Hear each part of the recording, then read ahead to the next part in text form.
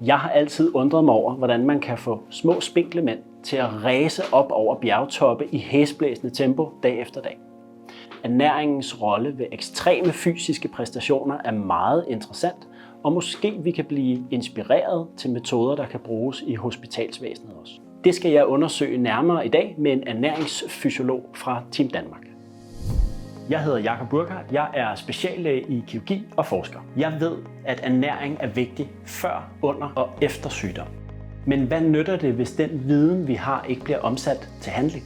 Derfor tager jeg ud og møder forskere og klinikere, der hver dag arbejder for at omsætte deres viden til praksis. Det her er det, vi lever af.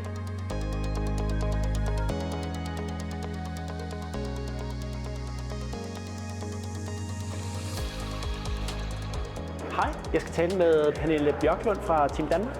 Er det Pernille? Det er Pernille. Hej Pernille, jeg hedder Jakob. Hej Jakob. Hyggeligt at møde dig.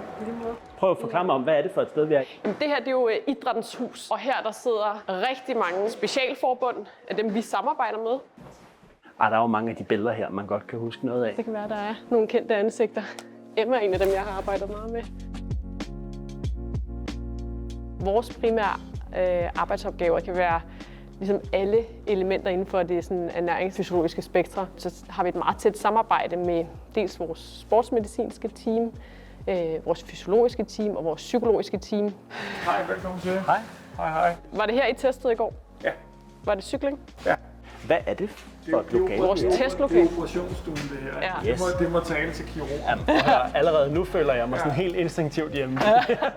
Hvis man tager en gennemsnits Team Danmark-atlet, hvordan spiser de anderledes, end vi andre gør? Så vil den typiske atlet på eliteniveau have et større energibehov kvad den større træningsmængde. Så for at nå i mål med at skulle indtage flere eller mere energi i løbet af en dag, så vil der være behov for, at man nedregulerer indtaget af fibre og fuldkorn for at gøre plads til mere simple typer af f.eks. kulhydrat, for ikke at det mætter for meget. Ja. Og derfor så vil man typisk også indtage mere sådan flydende energi. På den måde går lidt på kompromis med de officielle kostråd ved at have lidt mindre grønt og groft i sin kost og lidt mere simpel kulhydrat. Hvad er jeres strategier til at få ernæring i atleter i de perioder, hvor de ikke er sultne? Nogle gange, når de har haft en langvarig træning, en ekstra hård træning, så kan det også påvirke appetitten. Der kan også være kvalme eller sådan utilpasset. Jeg tror, det er rigtig meget at møde atleterne der, hvor de er, og der, hvor deres behov er, og prøve ligesom at optimere omkring det. Af og til har vi også stået med et materiale til en given atlet. Vi sådan snakker om, at det næsten kan være pinligt, hvis der var en af de andre kollegaer, der skulle se det. Men hvis de så udgangspunktet, så er det væsentligt bedre allerede der. Og sådan tænker jeg også i patientsammenhæng, at det kan være, at man tænker, det er et rigtig dårligt udgangspunkt. Men hvis vi bare kan løfte det 10 eller 20%, så er det stadig bedre end udgangspunkt. Virkelig. Der er masser af studier og evidens, der viser, at det der med at ændre folks adfærd og livsvaner, fordi man er blevet syg, det går ikke særlig godt. Nej. Det patienterne er vant til, er det, der fungerer bedst, og så justere på de små ting. Det vigtigste, det er trods alt det, de får indenbords. Lige præcis. Og så kan det godt være, at det ikke var det, vi havde øverst på ønskelisten i forhold til, hvad der var hensigtsmæssigt ud fra sådan en ernæringsmæssig betragtning. Men det var det, der kunne lade sig gøre. Hvis alternativet var ingenting, så er det jo langt bedre at få nummer 2 eller 3 eller 4 på listen. Ja. Der er krydsfeltet imellem de her meget fysiologiske, næsten basalforskningstest, hvor I måler substrater, I måler ilt, og I måler laktat, og I måler metabolisme. Hvordan tænker atleterne eller jer ernæringen ind i det? Vi beder om at folk at komme med deres best practice, Ja. og så starter vi som regel med at evaluere på den. Så skriver folk ned, hvordan har spiset de 48 timer op til et løb, og så kan vi se, hold da op, du spiser mange kulhydrater. Og hvis vi så kan se, at der er nogle tal heroppe, som måske indikerer, at man med fordel kunne spise lidt flere kulhydrater, og så kan Pernille komme med et bud på, hvordan det kunne se ud.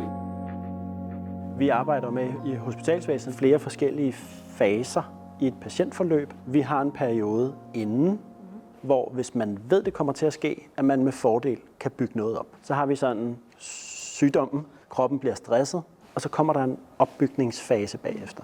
Tænker I ernæring ind i de faser her også?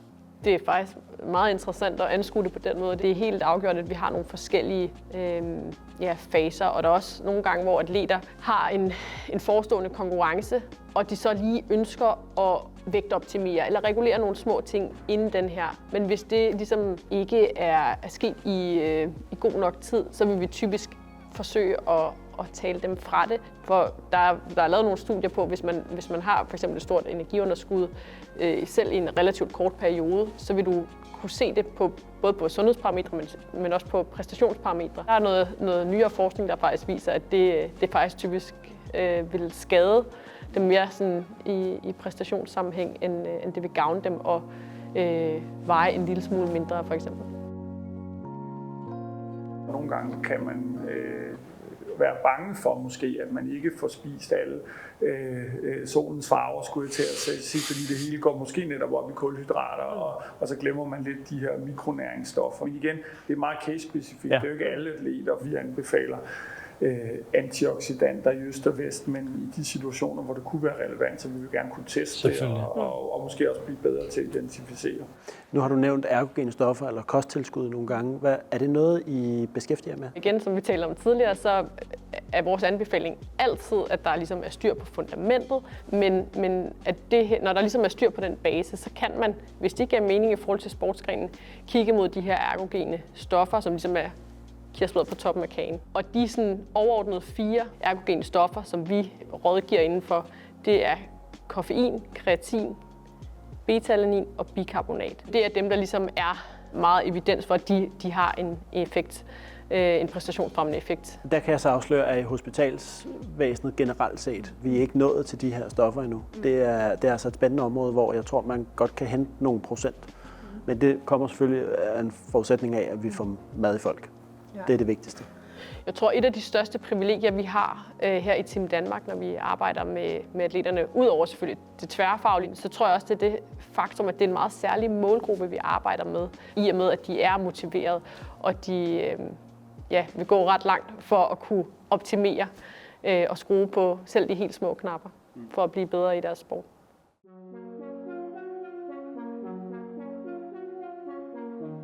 Det kan virke som hinandens modsætninger at skulle gennemgå en operation, en hospitalsindlæggelse eller en fysisk toppræstation.